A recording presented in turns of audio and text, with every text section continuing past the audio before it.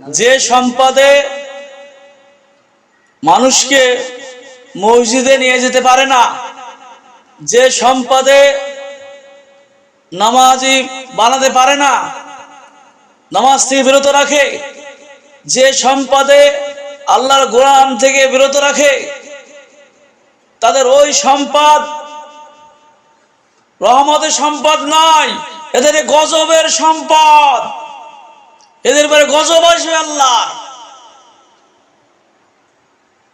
উসমান রাদিয়াল্লাহু তাআলা আনহুর সম্পদ ছিল, কোটিপতি ছিল, তারা নামাজ থেকে ফারিগ ছিল না, তারা মসজিদে সব সময় সর্বদা থেকেছে, তারা নামাজ পাঁচ ওয়াক্ত পড়েছে, আর তারা আল্লাহর গোলাম হিসেবে থেকেছে। তারা নামাজ কাজা করেননি, তারা নামাজ ছেড়ে দেননি, মসজিদ ছেড়ে দেননি।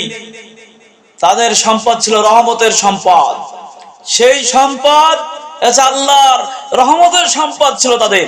আর আজকে আমাদের হচ্ছে গজবের সম্পদ। এই সম্পদে আমাদেরকে, এই ব্যবসার এই সম্পদে, টাকার আমাদের এই সম্পদে আমাদেরকে মসজিদে নিয়ে যেতে পারছে না, আমাদেরকে নামাজে নিয়ে যেতে পারছে না, নামাজ থেকে দূরে রাখছে, আমাদের আল্লাহর গোলাম থেকে দূরে রাখছে।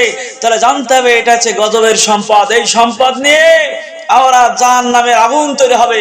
এই সম্পদে যারা নামাজ ছেড়ে দেয়, এই সম্পদে যদি সে মসজিদ ছেড়ে দেয়, তাদেরকে এই সম্পদ কি হবে? একদিন তাদের গজবের সম্পদ হবে।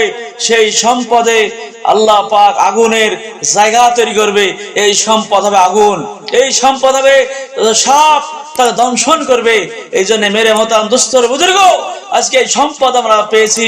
এই সম্পদ পেয়ে আমরা মসজিদে যেন ছেড়ে না যাই, মসজিদে ভুলে না যাই, নামাজ ছেড়ে না দিই, আল্লাহর গোলাম হয়ে থাকবো ইনশাআল্লাহ, থাকবো ইনশাআল্লাহ। আল্লাহ যেন কবুল করবে। আমরা প্রত্যেকের জন্য আমরা রহমতের সম্পদ নিয়ে যেন পাঁচ ওয়াক্ত নামাজ পড়তে পারি, সেই তৌফিক দান করুন। আল্লাহুম্মা আমিন।